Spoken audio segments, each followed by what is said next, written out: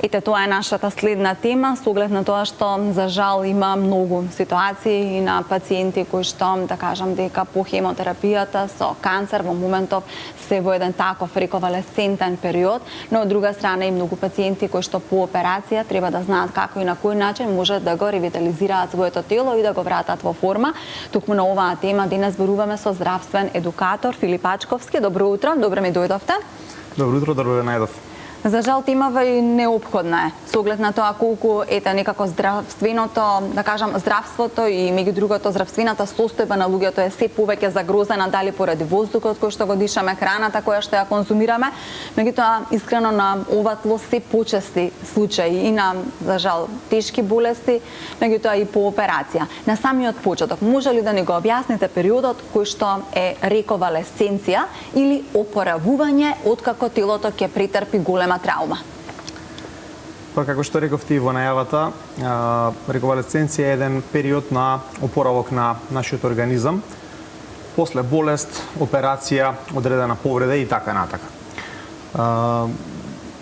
Оваа тема е особено важна не само заради веќе споменатите и актуелни состојби и се поголемиот број на пациенти со малигни заболувања и така натака, туку и генерално. Значи, сите ние во одреден период од животот се соочуваме со одредени болести, проблеми, повреди, кои што потоа треба да се санираат, меѓутоа во самиот момент на излекувањето, многу често или на вршењето на хируршката постапка или било која друга постапка, не завршува комплетното враќање на организмот, да се изразам така, во оптимална форма. Тоа особено доаѓа до израз во подоснежните години од животот, многу кај младите луѓе одредени повреди и интервенции брзо се залечуваат, брзо зараснуваат, дури доколку тие не внимаваат на дадените совети.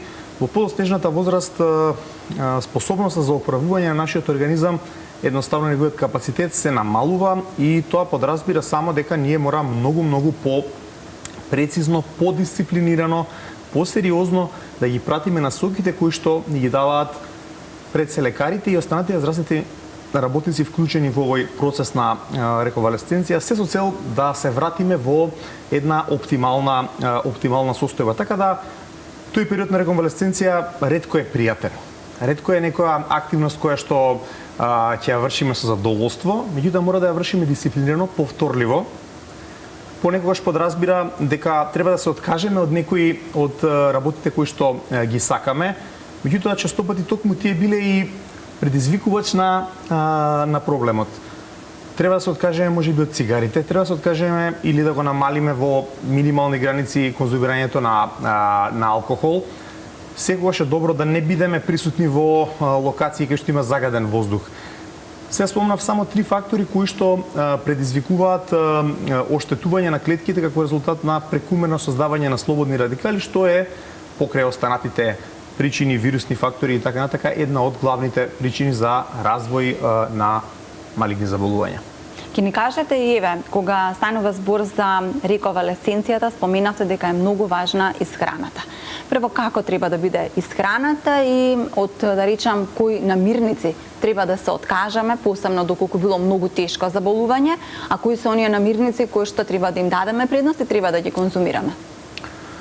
Ова е навистина една широка тема и многу зависи од конкретната состојба на нашиот пациент, меѓутоа во глобала она што генерално секогаш треба да се применува покрај неопходното одмарање малце поголемо на организмот во овој период на реконвалесценција и буквално сопствено пратење на тоа кои ни се можностите, до каде можеме, колку да форсираме. Сите ние сакаме веднаш да правиме се, меѓутоа тоа не е најдобра идеја. За да го забрзаме овој процес мора да се храниме правилно. Речи секогаш се сугерира да се јадат 3 до 5 помали оброци. Тоа подразбира дека ние нема да го оптеретуваме нашите системи за варење и другите во организмот, а од друга страна и нема да предизвикуваме пикови на шеќер во организмот, кој што е еден од клучните предизвикувачи на воспалителни процеси. Во тој контекст е многу важно селекција на храна која што се прави и на овие, меѓутоа и на генералната популација, јас би рекол, треба се почесто да се избегнува храна која што е со висок, ние велиме, гликемиски индекс или која што многу брзо предизвикува растови на шеќер во крвта, пред се храна базирана на бел шеќер, сладки, бели пецива и така натака. Наместо тоа треба да најдеме начин потребните еглехидрати кои што се дефинитивно неопходни за енергија. Ние во тој период, ако не внесуваме еглехидрати, ќе бидеме заморени. А ние треба да ја вратиме нашава сила, да најдеме начин да ги внесуваме преку свежо овошје, цврсти, плодови, мешункасти и така натака, и на тој начин да го постигнеме тој баланс, да намалиме внесување на бели пецива кои се најдостапни и најчести во нашата исхрана. Од друга страна, клучно за во периодов на опоравок, ние треба да опоравиме или да створиме нови клетки. Најчесто главен градбен елемент кој што ќе ни помогне во тоа се протеините, ни треба еден зголемен внес на протеини, и тоа и од растително и од животинско потекло, бидејќи секој на свој начин е клучен за едно добро функционирање и побрзо опоравување. Внес на протеини е значен не само за повреди на меките ткива, да речеме, и на мускулите, туку и за коските, каде што во таква ситуација е задолжително да се зголеми и плесот на млечни производи, што и нормално треба да го правиме, поготово женска популација над 40-та година не треба да го заборави ризик факторот за остеопороза и за губење на коскената маса и густина, така да млечни производи или дополнителен калциум, К2, витамин доста актуелен во последниве години, доста зборуван, се навистина важни, како и витаминот Д, независно дали ќе бидеме доволно изложени на сонце или дополнително суплементарно, особено во зимските месеци ќе го внесуваме, особено се важни за да креираме една добра состојба на нашиот локомоторен апарат. Не треба да забораваме и дека кога се случуваат оштетувања на клетките од било која причина, дали се слободни радикали, дали е старење, дали едноставно има некои генетски причинители кои што тоа го прават, дека тоа е еден процес кој се случува цело време, секојдневно, кај секој човек. Меѓутоа, доколку нашиот имунолошки систем е во добра кондиција, да не кажам во идеална кондиција, тој ги решава тие работи неприметно. Ние нема да развиеме болест, бидејќи сите тие дефектни клетки оштетени се уништуваат затоа што сме во состојба. За да бидеме во состојба за тоа, мора да го одржуваме во добра кондиција имунолошкиот систем, заради што е клучно покрај ова веќе споменато внесување на свежо овој и зеленчук, и тоа барем 5 вида различни, зависно пред се сезонски, значи зависно во која сезона се наоѓаме. За среќа имаме избор и од домашно производство, па и од увоз. Важно и корисно е да се суплементираме со цинк, со селен, кои што и со витамин С, кои што помагаат едноставно макрофагите, кои што се клучни во овој дел на решавање на тие дефектни или опасни клетки, па и други причинители на надворешни заболувања и вируси и бактерии и така натака, како и останативе клетки од имунолошкиот систем, леукоцити, лимфоцити и слично. Значи, им даваат, тоа се потребни нутриенти за тие да бидат во оптимална кондиција за да се произведат во доволна количина, бидејќи за да можеме да постигнеме еден ефект да се изразам во таа борба, ни требаат доволно војници, и тоа спремни и обучени, а ние ги спремаме преку правилната исхрана покрај останатото. Јас би сакала пред да преминеме и на суплементи за опоравување од тешка болест или операција, само да ве прашам и околу црвеното месо, многу двумења има, нели вообичаено нутриционистите велат дека треба помалку да се конзумира. Од друга страна, па кога се раѓаат децата, нас не советуваат како мајки телишкото да едноставно мора да биде на трпезата и така натаму. Па кажете ми, во овој период, ја споменавме нели рибата, меѓутоа што станува со овој тип на месо, дали да се употребува, дали во мали количини или не? Генерално има спротивставени мислења, неспорно, во светот на медицината, на нутриционизмот и така натака, и тие размислувања менуваат, се флуктуираат како поминуваат разни генерации. Оно што е сигурно е дека во времето на бременост, во детската возраст, во време на раст и развој, внесот на животинска исхрана, тие протеини се незаменливи. нема начин ние да ги надокнадиме преку било каква растителна исхрана, независно во која количина ќе внесеме, без разлика што најчесто ќе треба да внесеме многу големи количини на растителна храна која што ретко се употребува. Тоа е едниот дел од приказната. Во процесот на опоравување исто така, особено доколку не станува збор за премногу возрастна популација кај што треба да се пази со количината на протеини, постарите лица не треба да претеруваат со протеини, затоа што сепак ги оптеретуваме органите за варење, да. И органите за варење. Меѓутоа, генерално една помлада популација на средна возраст која што сигурно побрзо ќе се опорави доколку имаме зголемен внес на протеинска исхрана и тоа барем некаде 20% од целокупниве калории треба да бидат протеини. Во тој контекст и внес на црвено месо не треба да се исклучува, меѓутоа треба да се дозира.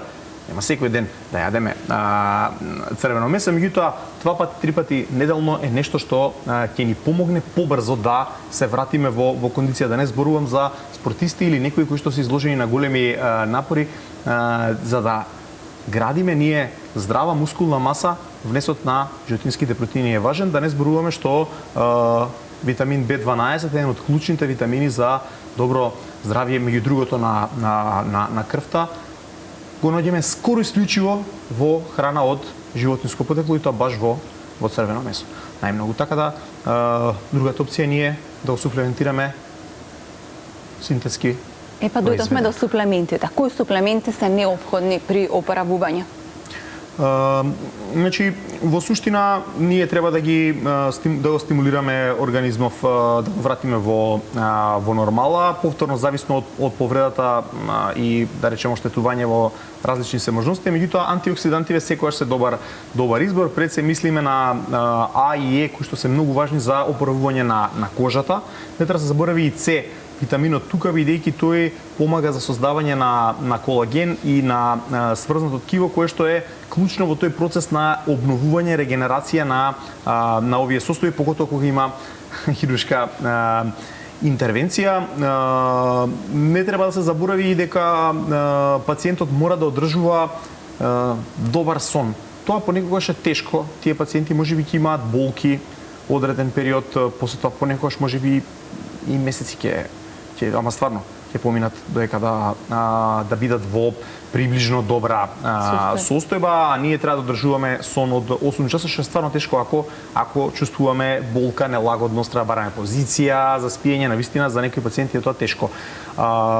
Неспиењето е страшно штетен фактор, бидејќи ја намалуваме концентрацијата на мелатонин во организмот, кој што меѓу другите е важен за поправка на таа дефектна ДНК и воопшто за едно подобро функционирање на имунолошкиот систем, па често пати понекогаш и мелатонин треба да суплементираме во предвечерниот период, пола саат пред спиење, од 1 па до 5 некаде милиграми, за да заспиеме и за да опоравокот на организмот биде поголем.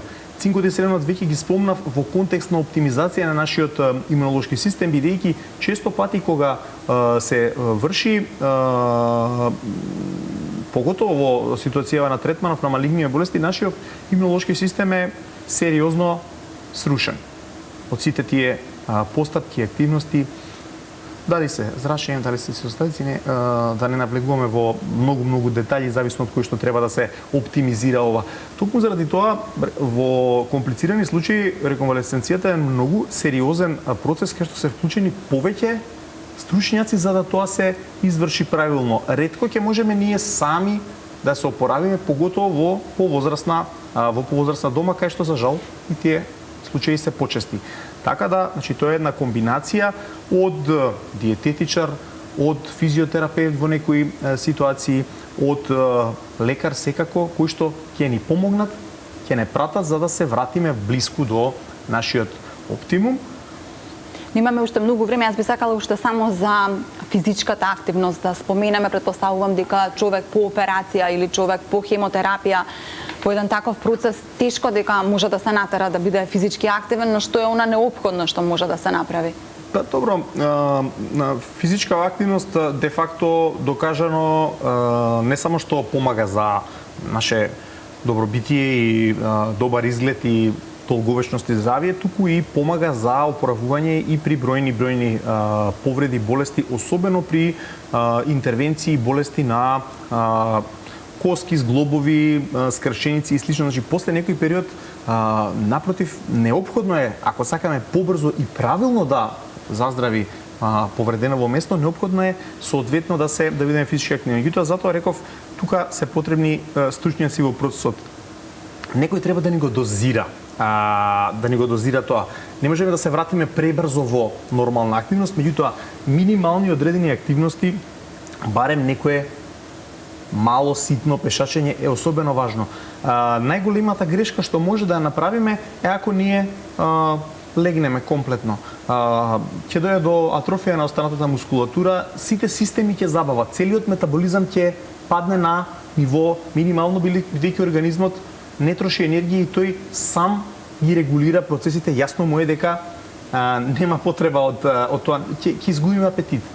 Се тоа фактори кои што негативно ќе влијаат на нашата состојба, така да апсолутно соодветна физичка активност која што зависи не само од состојбата, туку и од понекогаш и од возраста на пациентот. Не можеме ние да очекуваме сега нереални, да си поставуваме нереални очекувања. Меѓутоа, да, на старт понекогаш и при некои интервенции и повреди ние сме принудени, што велиме ние, да бидеме активни спротивно на нашата волја. Можеби нас не ни се станува сега, не ни се вежба.